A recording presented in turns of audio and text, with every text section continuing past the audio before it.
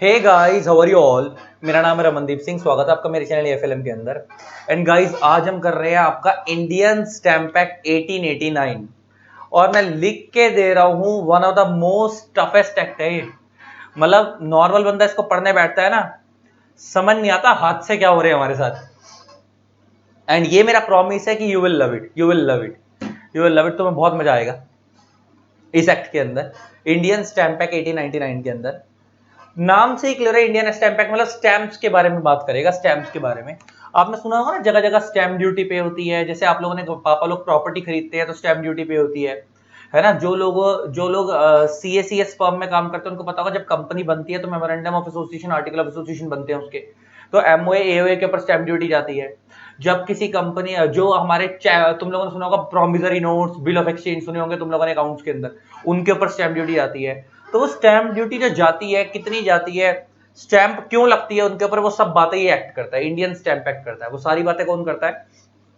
Indian stamp act करता है। And मैं लिख के दे रहा हूं, यू विल लव इट, मजा आएगा। अब जरा देखते हैं। पहले तो सबसे पहले अगर मैं बात करूं,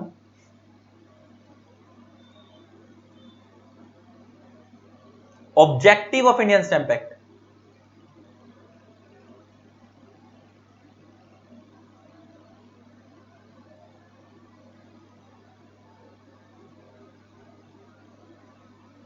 इंडियन स्टैम्प एक्ट का ऑब्जेक्टिव क्या है? To collect revenue through stamp duty, revenue through stamp duty. Indian stamp act का मेन ऑब्जेक्टिव यही है कि स्टैम्प ड्यूटी के ऊपर जो रिवेन्यू आता है, जो हम लोग स्टैम्प ड्यूटी पे करते हैं, उससे जो रिवेन्यू आता है, वही उनका मेन काम है। गवर्नमेंट को रिवेन्यू से तो मतलब, जैसे हमारे इंडिया में रिवेन्यू लेने के कई तरीके के सोर्सेज है। जैसे गवर्नमेंट के बाद टैक्सेशन, हमारा गवर्नमेंट भला कहां से कर देती है? पैसे से। पैसा कौन देता है? डायरेक्टली और इनडायरेक्टली हम ही देते हैं। हम लोग कुछ कमा रहे हैं, हम टैक्स पे करते हैं, तो टैक्स का पैसा भी गवर्नमेंट के लिए रिवेन्यू है और गवर्नमेंट उससे हमारी भलाई पे लगाती है। सेम ऐसे ही स्टैम्प ड्यूटी भी है। ये नॉन टैक्स मैटर हो गया। यहां से भी जो रिवेन्यू कलेक्ट होगा स्टैम्प ड्यूटी की फॉर्म में, उससे भी गवर्नमेंट हमारी ही भलाई के लिए उस पैसे को कहीं ना कहीं यूज करेगी। तो ये पैसा जो रिवेन्यू कलेक्ट करना गवर्नमेंट का काम है इस एक्ट से, स्टैम्प ड्यूटी से। अब स्टैम्प ड्यूटी जो होती है, ये कई तरीके की होती है ना। और कई लोग लगाते हैं इसको। कैसे कैसे लगाते हैं, मतलब किस तरीके से लगाई जाती है, अगर मैं बात करूं तुम्हारे को, तो थोड़ा सा मैं रिकॉल कराता हूं तुम्हारे लोगों को। हमारे लोगों ने ना एक चीज पढ़ी थी कि कॉन्स्टिट्यूशन का एक शेड्यूल 7 है। कॉन्स्टिट्यूशन का एक शेड्यूल 7 है। यहां पे 3 लिस्ट दी हुई हैं, अगर किसी को याद हो। एक लिस्ट 1 है, that is union list.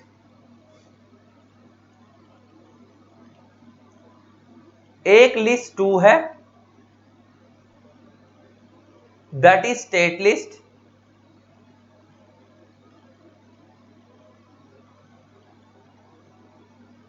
And एक लिस्ट 3 है,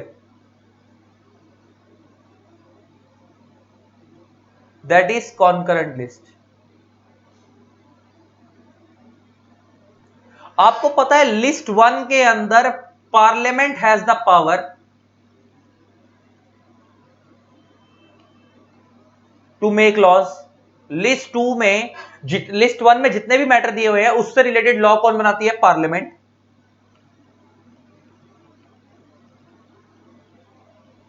लिस्ट 2 के अंदर जितने भी मैटर्स दिए हुए हैं उससे रिलेटेड लॉ बनाती है स्टेट लेजिस्लेचर। बोलते हैं ना हम स्टेट लेजिस्लेटिव असेंबली, तो स्टेट लेजिस्लेचर लॉ बनाती है, has the power to make laws.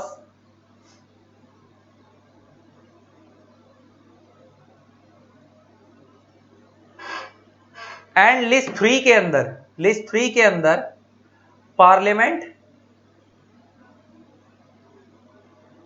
Plus state legislature दोनों मिलकर लॉ बनाते हैं। दोनों मिलके लॉ बनाते हैं, ये आपको बात पता है। तो लिस्ट 1 में यूनियन लिस्ट होती है, उसके अंदर पार्लियामेंट के पास लॉ बनाते हैं। जैसे एक बात बताओ, इंडिया में कंपनीज एक्ट है, इनकम टैक्स एक्ट है। कंपनीज मैटर कहां का है? लिस्ट 1 का है, तो इसलिए कंपनी से रिलेटेड लॉ किसने बनाया? पार्लियामेंट ने। इनकम टैक्स मैटर कहां है? लिस्ट 1 का, तो उससे रिलेटेड लॉ किसने बनाया? पार्लियामेंट ने। लेकिन अब आपको पता होगा पुलिस जो है वो लिस्ट 2 का मैटर है, तो दिल्ली पुलिस एक्ट अलग है ना, मुंबई पुलिस एक्ट अलग है। तो हर स्टेट का अपना एक्ट होता है, तो जो law state to state vary करते हैं वो वाले लॉ लिस्ट 2 में बनते हैं, जो लॉ पूरे इंडिया पे लगते हैं वो वाले मैटर लिस्ट 1 में बनते हैं। और यहाँ वो वाले लॉ आते हैं जो दोनों मिलकर, दोनों में से कोई भी बना सकता है, पार्लियामेंट भी बना सकती है, स्टेट लेजिस्लेचर भी बना सकती है, यहाँ दोनों मिलकर लॉ बनाते हैं। इस वाली लिस्ट 3 में वो वाले मैटर आते हैं। अगर आपको एक बात पता हो, जैसे पुलिस हो गया, traffic control, motor vehicles act है कि किस किस बंदे से कितना चालान काटना है, वो हर स्टेट का अपना लॉ है, तो वो भी लिस्ट 2 का मैटर है। लेकिन कंपनीज का matter company act, income tax act, है ना। इसके अलावा अगर मैं तुम्हारे से बात करूं तो आपका सीजीएसटी एक्ट, है ना। इसके अलावा एलएलपी एक्ट, ये सब लिस्ट 1 के मैटर है। ये सब कहां के मैटर है? लिस्ट 1 के मैटर है। तो ये पूरे इंडिया के लिए एक है, लेकिन यहां पे जो मैटर आते हैं वो हर स्टेट के अलग होते हैं, है ना। और इसके अलावा अगर जो क्रिमिनल लॉस की अगर मैं बात करूं, क्रिमिनल लॉ यहाँ पे आते हैं। आपको पता हो क्राइम कुछ स्टेट में क्राइम अलग होते हैं, कुछ स्टेट में अलग होते हैं, और कुछ क्राइम ऐसे पूरे इंडिया में लगते हैं। तो यहाँ पे जो ऐसे लॉ है, जो कुछ क्राइम ऐसे पूरे इंडिया के लिए यूनिफॉर्म है और कुछ हर स्टेट के अलग अलग होते हैं, तो ऐसे मैटर्स को हम कॉन्करेंट लिस्ट में कवर कर रखा है, जहां दोनों मिलकर बनाते हैं। क्रिमिनल लॉ पार्ट 3 लिस्ट 3 का मैटर है। अब मैं तुम्हें क्यों बता रहा हूं ये सब बातें, कि जो स्टैंप ड्यूटी है ना, स्टैंप ड्यूटी लिस्ट 1 में भी लगती है और लिस्ट 2 में भी लगती है। कुछ मैटर ऐसे हैं जो लिस्ट 1 में है, कुछ मैटर ऐसे हैं जो लिस्ट 2 में है। मेनली अगर मैं आपको बात करूं तो देखो, लिस्ट 1 में ना बड़ी सारी ना आइटम्स दी हुई हैं।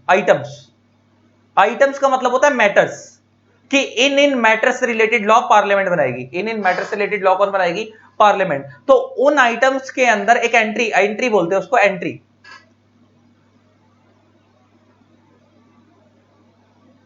एंट्री बोल लो, आइटम्स बोल लो। एंट्रीज का मतलब होता है मैटर्स। तो एंट्री जो है उसके अंदर एक एंट्री नंबर तुम्हारे को यहां पे दिख रही होगी 91। इसमें एक एंट्री नंबर 91 है, 91। उसके अंदर मैटर्स दिए हुए हैं। मैटर्स कौन से दिए हुए हैं? लाइक बिल्स ऑफ एक्सचेंज,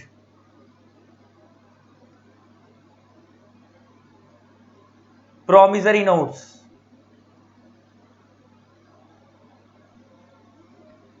है ना। इसके अलावा प्रॉक्सी फॉर्म्स, है ना। इसके अलावा इंश्योरेंस, जब आप इंश्योरेंस करवाते हैं तो इंश्योरेंस क्लेम्स के ऊपर भी स्टैंप ड्यूटी आती है, एटसेट्रा। ये सारे जो मैटर्स है लिस्ट 1 में आ रहे हैं, और लिस्ट 1 में आ रहे हैं तो इसका मतलब लिस्ट 1 में लॉ कौन बनाती है? पार्लियामेंट।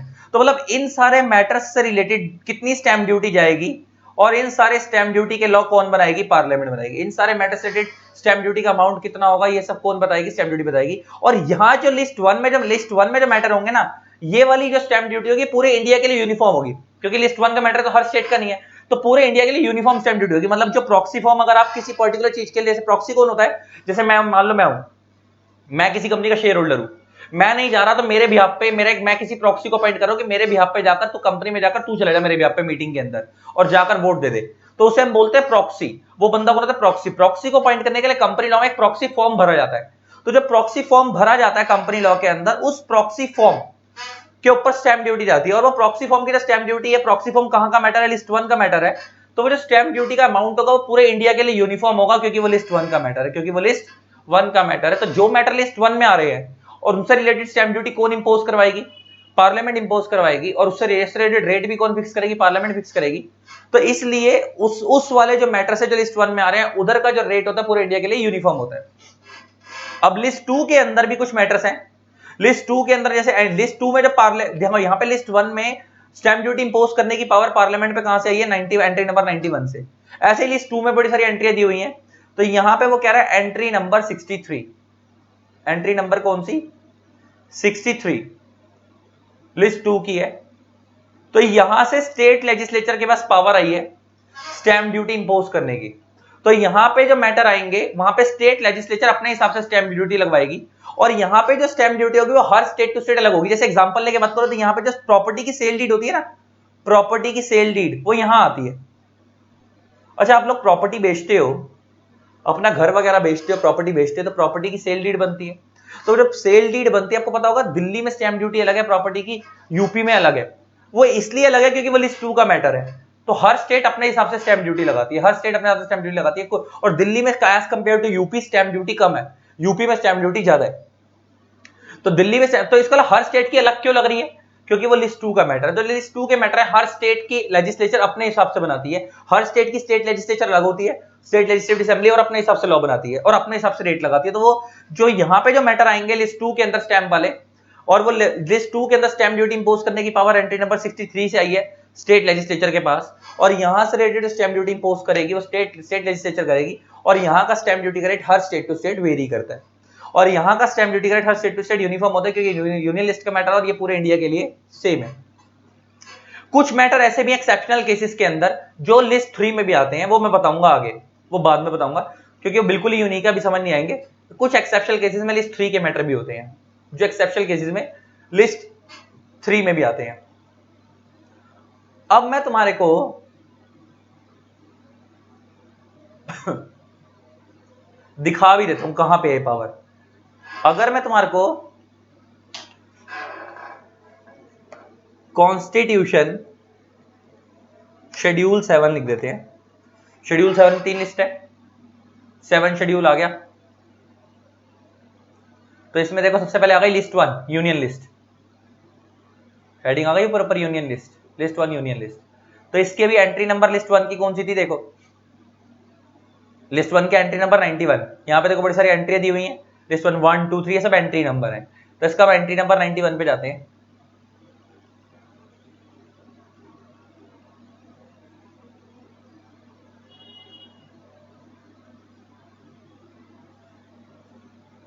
ये रहा 91 में क्या हुआ था, rates of stamp duty in respect of bill of exchange, cheque, promissory note, bill of lading, letter of credit, policies of insurance, अभी मैंने बताया, transfer of share, debentures, proxies etcetera, इन सबसे रिलेटेड जो लॉ है, इन सबसे रिलेटेड जो law है वो कहां पे बताएंगे। और ये देखो, और ये एक्सक्लूसिव लिस्ट है, देखो एटसेट्रा नहीं लिखा, एटसेट्रा मैंने अपने आप से बोल दिया, मतलब इन सब मैटर से रिलेटेड स्टैम्प ड्यूटी कौन इंपोज करेगी, लिस्ट 1 के अंदर पार्लियामेंट करेगी। तो जो मैटर यहां नहीं आ रहे, वो बचे कुछ मैटर कहां जाएंगे, लिस्ट 2 के अंदर, उनसे रिलेटेड लॉ कौन बनाएगी, स्टेट लेजिस्लेचर बनाएगी। देखो अब यहां पे, तो अभी हमने लिस्ट 1 पढ़ा, तो यहां पे और ये लिस्ट 1 में कौन लॉ बनाती है, पार्लियामेंट बनाती है। तो यहां पे इनसे रिलेटेड लॉ पार्लियामेंट बनाएगी, तो ये लॉ पूरे इंडिया के लिए यूनिफॉर्म रहेंगे, ये लॉ पूरे इंडिया के लिए क्या रहेंगे, यूनिफॉर्म रहेंगे। अब लिस्ट 2 पे आते हैं, लिस्ट 2 आ गई स्टेट लिस्ट। अब यहां पे स्टेट लेजिस्लेचर लॉ बनाती है, इसकी एंट्री नंबर 63, क्योंकि जब तक चीजें प्रैक्टिकली नहीं देखोगे समझ नहीं आएंगी।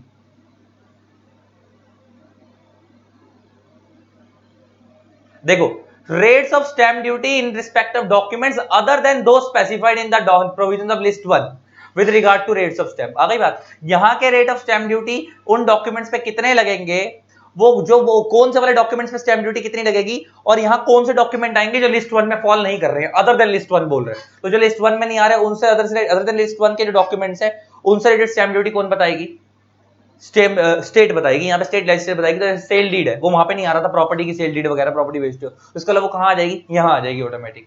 तो उससे रिलेटेड लॉ कौन बताएगी, स्टेट लेजिस्लेचर बताएगी कितनी स्टैम्प ड्यूटी जाएगी और क्या होगा। और इसलिए, और जो मैटर यहाँ आता है वो हर स्टेट का अलग होता है, तो हर स्टेट की स्टेट लेजिस्लेचर अपना रेट बनाती है अलग, अपने हिसाब से बनाती है, और यहाँ का हर रेट अलग होता है अपनी स्टेट के हिसाब से। हो गई बात, लिस्ट 1 लिस्ट 2 देख ली, तो एक बेस क्लियर हो गया। अब और आगे बात करते हैं। एक चीज समझने वाली क्या है, ध्यान से सुनना, स्टैंप ड्यूटी जो होती है ना, stamp duty is always paid on instrument. किस पे पे होती है, इंस्ट्रूमेंट पे पे की जाती है, पेड ऑन इंस्ट्रूमेंट। अब व्हाट इज इंस्ट्रूमेंट, ये समझना पड़ेगा हमारे को कि इंस्ट्रूमेंट क्या होता है। ये इंस्ट्रूमेंट कोई बजाने वाला इंस्ट्रूमेंट नहीं है, गाने वाला, म्यूजिक वाला इंस्ट्रूमेंट नहीं है कहीं तुम वो वाला इंस्ट्रूमेंट समझ लो। यहां पे इंस्ट्रूमेंट का मतलब क्या है, तुम्हें मैं एक सीधी सी भाषा में समझाता हूं, सीधी सी भाषा में। देखो, बहुत सारे लोग ये बोलते हैं कि इंस्ट्रूमेंट का मतलब होता है डॉक्यूमेंट, बहुत सारे लोग ये बोलते हैं कि इंस्ट्रूमेंट का मतलब होता है डॉक्यूमेंट, लेकिन इंस्ट्रूमेंट का मतलब डॉक्यूमेंट नहीं होता, खाली डॉक्यूमेंट नहीं होता। डॉक्यूमेंट एक वाइडर टर्म है, इंस्ट्रूमेंट उसका एक छोटा सा पार्ट है। डॉक्यूमेंट एक वाइडर टर्म है, इंस्ट्रूमेंट एक उसका छोटा सा पार्ट है। तो इंस्ट्रूमेंट क्या होता है मैं तुम्हें समझाता हूं, तो ध्यान सुनना। सेक्शन 2 क्लॉज 14, इसी इंडियन स्टैंप एक्ट के सेक्शन 2 क्लॉज 14 के अंदर इंस्ट्रूमेंट वर्ड डिफाइन है, दिखा भी देता हूं तुम्हारे को। सेक्शन 2 में डेफिनेशन है, इसमें 2 क्लॉज 14 है, ये रहा इंस्ट्रूमेंट वर्ड डिफाइन है। ये क्या बोलता है As per this,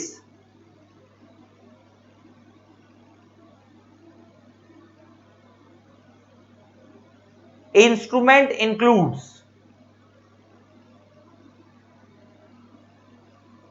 सिंप्लीफाइड भाषा में लिखवा रहा हूं, वहां तो टेक्निकल वर्डिंग दी हुई है, अपनी सिंप्लीफाइड भाषा में तो मैं लिखवा के समझा रहा हूं कि इंस्ट्रूमेंट के अंदर क्या आता है. Instrument includes a document through which any right or liability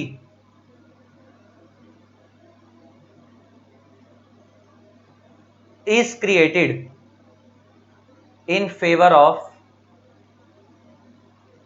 another person.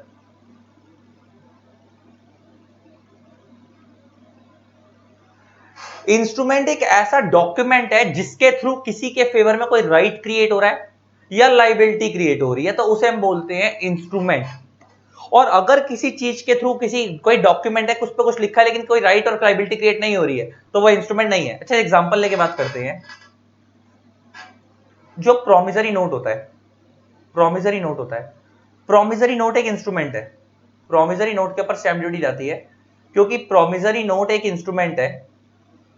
उसके थ्रू क्या होता है कि किसी के फेवर में राइट और लाइबिलिटी क्रिएट होती है. जैसे मान लो प्रोमिसरी नोट क्या होता है, जहां पे एक बंदा अगर किसी बंदे से लोन लेता है तो वो लिख के देता है प्रोमिसरी नोट पे कि मैं ये वादा करता हूं कि मैं ये पैसा इतने टाइम पे चुका दूंगा.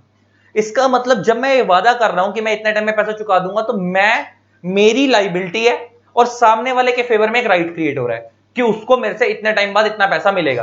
That is promissory note. तो promissory note is a instrument, इसलिए उसके ऊपर स्टैम्प ड्यूटी जाती है, इसलिए उसी के ऊपर स्टैम्प ड्यूटी आती है. अच्छा, एक बात बताओ, सेल डीड होती है, हम प्रॉपर्टी बेचते हैं तो सेल डीड बनती है. प्रॉपर्टी जब सेल डीड बेचते हैं, sale deed is also instrument. Sale deed is also a instrument. मैं जब किसी को मकान बेच रहा हूं, तो मैंने मकान बेचा, तो मेरा एक राइट है कि मेरे को वहां सामने जिसको मैंने बेचा, बायर को, उससे पैसा मिलेगा. और मेरी लाइबिलिटी क्या है कि मेरे को मकान देना पड़ेगा उसको. सेम जब उसके पॉइंट ऑफ व्यू से देखोगे तो उसका एक राइट क्या है कि आज से वो उस मकान का मालिक है, उस राइट के, उस मकान के सारे राइट उसी के पास है. और उस सेल डीड के थ्रू वो राइट क्रिएट उसके फेवर में. और उसकी लाइबिलिटी क्या है कि उसको, हमारे को मकान उसने हमारे से अगर खरीदा तो हमारे को पेमेंट देनी पड़ेगी. तो सेल डीवीडी भी क्या है, एक इंस्ट्रूमेंट है. अच्छा, एक प्रॉक्सी फॉर्म है. प्रॉक्सी फॉर्म अभी हमने पढ़ा. प्रॉक्सी फॉर्म क्या है, उसके थ्रू भी किसी के फेवर में एक राइट क्रिएट हो रहा है कि मेरे बिहाफ पे जाकर स्टैम्प ड्यूटी तुम पे करोगे, मेरे बिहाफ पर जाकर स्टैम्प ड्यूटी तुम पे करोगे. अच्छा सॉरी, मेरे बिहाफ पे जाकर वोटिंग तुम दोगे. जैसे मान लो मैं किसी कंपनी का शेयर होल्डर हूं, मैं कल को वोट देने नहीं जाना चाहता या मैं जा नहीं पा रहा किसी मजबूरी की वजह से, तो मैं किसी बंदे को पॉइंट करता हूं कि भाई मेरे बिहाफ पे तू प्रॉक्सी बन जा और मेरे बिहाफ पे जाकर वोट तू दे दे, कंपनी के अंदर जाके वोट तू दे दे. तो जब मैं उसे पॉइंट करूंगा तो एक डॉक्यूमेंट साइन होगा, उसे हम बोलते हैं प्रॉक्सी फॉर्म. तो प्रॉक्सी फॉर्म में भी क्या हो रहा है, उस प्रॉक्सी फॉर्म के थ्रू सामने वाले बंदे के फेवर में एक राइट क्रिएट हो रहा है कि शेयर होल्डर के बदले वोट देके वो आएगा. तो एक राइट क्रिएट हो रहा है. तो जब किसी के फेवर में कोई राइट क्रिएट होता है, एक ऐसा डॉक्यूमेंट के थ्रू किसी के फेवर में कोई राइट क्रिएट होता है, तो उस डॉक्यूमेंट को हम क्या बोलते हैं, इंस्ट्रूमेंट. तो प्रॉक्सी फॉर्म भी क्या है, इंस्ट्रूमेंट. लेकिन एक बुक, हम बुक पढ़ रहे हैं, हमने बुक खरीदी, बुक से किसी के फेवर में कोई राइट नहीं क्रिएट हो रहा, बुक हमारे अपने पर्सनल पर्पस पढ़ने. Newspaper, that is also document but not instrument. Book क्या है, न्यूज़पेपर है, ये लव लेटर हो गया, ये सब क्या है, डॉक्यूमेंट बट नॉट इंस्ट्रूमेंट. तो किसी भी चीज पे अगर कुछ लिखा है तो वो खाली डॉक्यूमेंट है, इंस्ट्रूमेंट नहीं है. मान लो कोई बोर्ड लगा है, गली मोहल्ले में कोई बोर्ड लगा हुआ है, उस बोर्ड के थ्रू आप कुछ लिखा हुआ है, इस बोर्ड के ऊपर कोई बैनर लगा हुआ है, किसी का कोई फ्लायर लगा हुआ है. जैसे मान लो हमारी क्लासेस हैं, हमारी क्लास का एक बोर्ड लगा हुआ है, तो वो जो क्लासेस का एक बोर्ड लगा, that is only document but not instrument. उससे आपके फेवर में कोई राइट क्रिएट नहीं हो रहा. लेकिन इन सब डॉक्यूमेंट्स के थ्रू आपके फेवर में एक राइट क्रिएट हो रहा है. तो जब आपके फेवर में कोई राइट क्रिएट होता है या लाइबिलिटी क्रिएट होती है, उसे हम क्या बोलते हैं, इंस्ट्रूमेंट बोलते हैं. उसे हम क्या बोलते हैं, इंस्ट्रूमेंट. तो इंस्ट्रूमेंट जो होता है वो डॉक्यूमेंट ही, लिखा ना, इंस्ट्रूमेंट इंक्लूड डॉक्यूमेंट, है वो डॉक्यूमेंट ही, लेकिन थ्रू विच एनी राइट और liability create in favour of another person. लेकिन अगर उस डॉक्यूमेंट के थ्रू किसी के फेवर में अगर कोई राइट और लाइबिलिटी क्रिएट हो रही है, तो ही वो इंस्ट्रूमेंट कहलाएगा, वरना वो इंस्ट्रूमेंट नहीं कहलाएगा. तो इसका मतलब मैं कह सकता हूं कि ऑल, एक कह सकता हूं मैं कि ऑल इंस्ट्रूमेंट्स आर डॉक्यूमेंट्स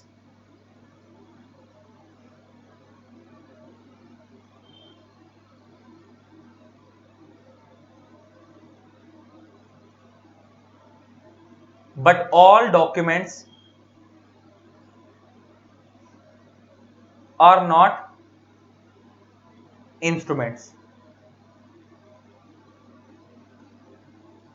जो इंस्ट्रूमेंट है वो तो डॉक्यूमेंट है ही, क्योंकि वो किसी उसके बोल दो, वो एक कागज ही तो है, कागज सेल डीड क्या है, एक कागज है ना, और इसके अलावा प्रॉक्सी फॉर्म क्या एक कागज है तो वो डॉक्यूमेंट ही, लेकिन उस कागज के थ्रू किसी के फेवर में कोई राइट वगैरह क्रिएट हो रहा है तो इसलिए हम उसे इंस्ट्रूमेंट बोल देते हैं। लेकिन बुक के थ्रू किसी के फेवर में कोई राइट क्रिएट नहीं हो रहा है ना, वो कोई जो गली मोहल्ले में बैनर लगे उसके थ्रू राइट क्रिएट नहीं, न्यूज़पेपर के थ्रू किसी के फेवर में कोई राइट क्रिएट नहीं हो रहा। कोई न्यूज़पेपर ऐसा है कि वो तुम्हारे फेवर में कोई तुम्हारी प्रॉपर्टी के तुम मालिक बन गए हो, न्यूज़पेपर के थ्रू किसी के फेवर में कोई राइट क्रिएट नहीं हो रहा, तो वो that is only document but not instrument.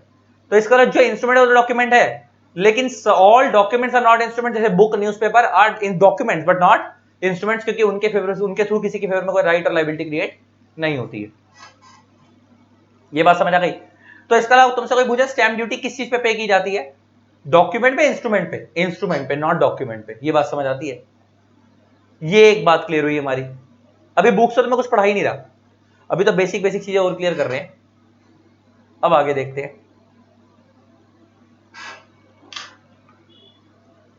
अगर मैं तुम्हारे से बात करूं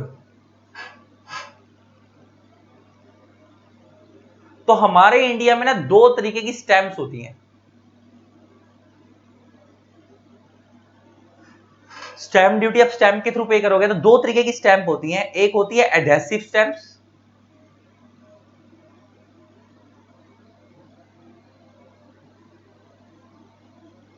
एक होती है इंप्रेस स्टैंप्स।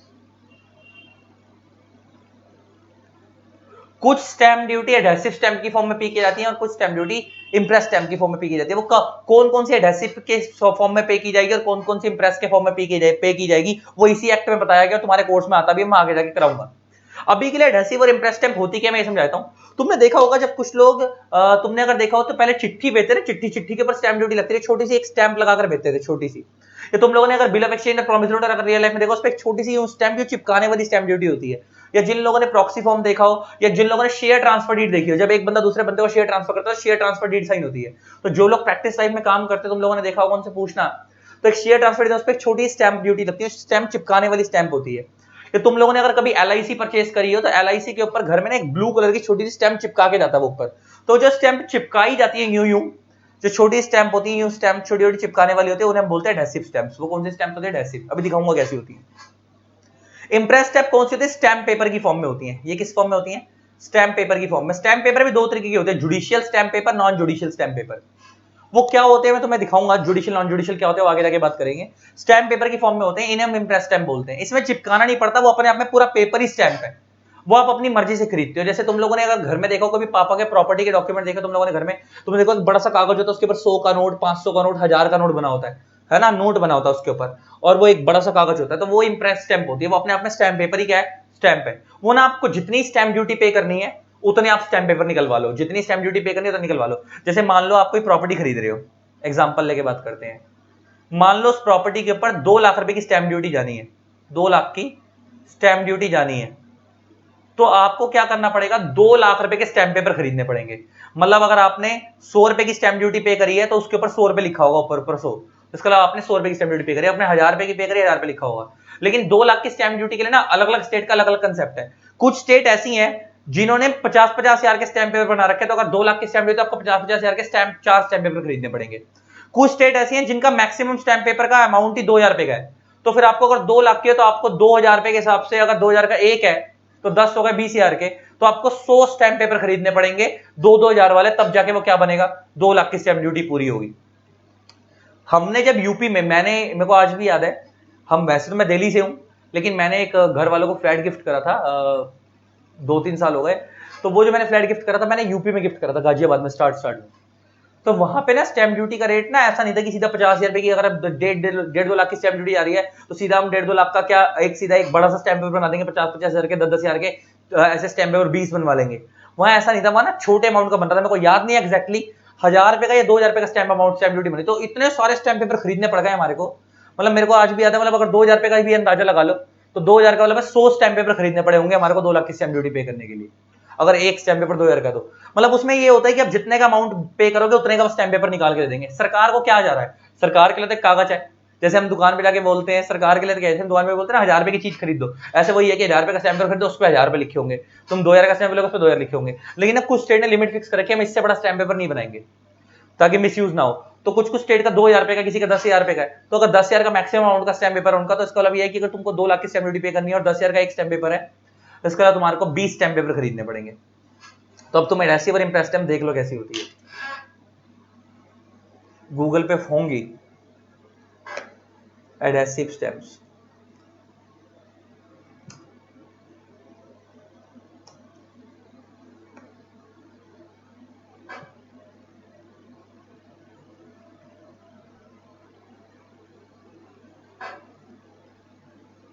ये देखो ये रही एडहेसिव, ये चिपकाने वाली स्टैंप होती हैं, लो खरीदो और चिपकाओ। डाक खाने से, पोस्ट ऑफिस से मिल जाती हैं, जगह जगह से मिल जाती थी, है ना।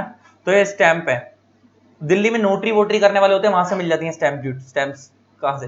ये देखो ये चिपकाने वाली स्टैंप है, पहले लोग रखा करते थे अपने पास, है ना। जितने अमाउंट की जाती हो, 25 पैसे की, 2 रुपए की, 5 रुपए की, अलग अलग जगह पे अलग अलग जाती है, अलग अलग रिक्वायरमेंट होती है। तुम चिट्ठी भेजने आते ना, चिट्ठी के ऊपर भी स्टैंप ड्यूटी आती थी कुछ कुछ केसेस के अंदर।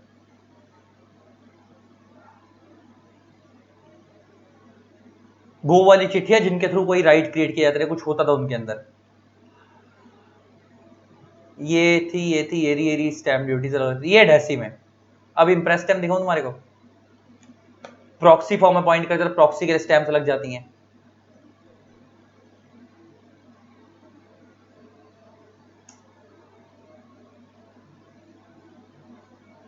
ये देखो ये इम्प्रेस स्टैम्प है, तुमने देखा घर पे ऐसे बड़ा सा, ये जैसे 50 रुपए का स्टैम्प पेपर है ना, ये बड़ा सा 50 रुपए बने हुए हैं, कुछ इस तरीके के होते हैं, कुछ इस तरीके के। ये वाला जो स्टैम्प पेपर होता है नॉन जुडिशियल होता है, ये वाला जो होता है जुडिशियल होता है। जुडिशियल इम्प्रेस स्टैम्प भी 2 तरीके की होती है, जुडिशियल नॉन जुडिशियल, वो क्या होती है मैं बाद में बताऊंगा। लेकिन ऐसे वाले स्टैम्प पेपर जो बड़े बड़े होते हैं, देखो जैसे इंडियन नॉन जुडिशियल है, कुछ ऐसे ही जुडिशियल भी होते हैं, है ना। वो जुडिशियल नॉन जुडिशियल क्या होते हैं मैं तुम्हारे को बताऊंगा वहां पे। तो ये जो जुडिशियल, जो ऐसे स्टैम्प पेपर होते हैं इनके ऊपर स्टैम्प लिखा होता है अमाउंट, और ये बड़ा सा होता है जिसपे चिपकानी अलग से नहीं पड़ती, वो होते हैं इम्प्रेस स्टैम्प्स। वो क्या होती हैं? इम्प्रेस स्टैम्प्स होती हैं। और वो छोटी छोटी क्या होती हैं, जो चिपकाने वाली होती है, वो होती है एडहेसिव स्टैम्प। तो स्टैम्प भी 2 तरीके की होती है, एक होती है एडहेसिव, एक होती है इम्प्रेस। ठीक, अब हो गई तुम्हारी ये बात। तो हमने स्टैम्प भी समझी 2 तरीके की होती है, हमने ये भी समझ लिया कौन कौन स्टैम्प ड्यूटी इंपोज करता है। अब स्टैम्प ड्यूटी के जो रेट्स हैं, और स्टैम्प ड्यूटी किस पे लगती है? इंस्ट्रूमेंट पे लगती है। हम लोग जनरली बोल देते हैं कि यार प्रॉपर्टी पे स्टैम्प ड्यूटी पे कर रहे हैं, हम प्रॉपर्टी पे नहीं करते, हम इंस्ट्रूमेंट पे स्टैम्प ड्यूटी पे करते हैं। इंस्ट्रूमेंट को बेस बनाया जा रहा है प्रॉपर्टी के लिए, कि मान लो अगर प्रॉपर्टी 1 करोड़ की है तो स्टैम्प ड्यूटी ज्यादा पे होगी, 2 करोड़ की तो और ज्यादा पे होगी, 50 लाख की तो स्टैम्प ड्यूटी कम पे होगी।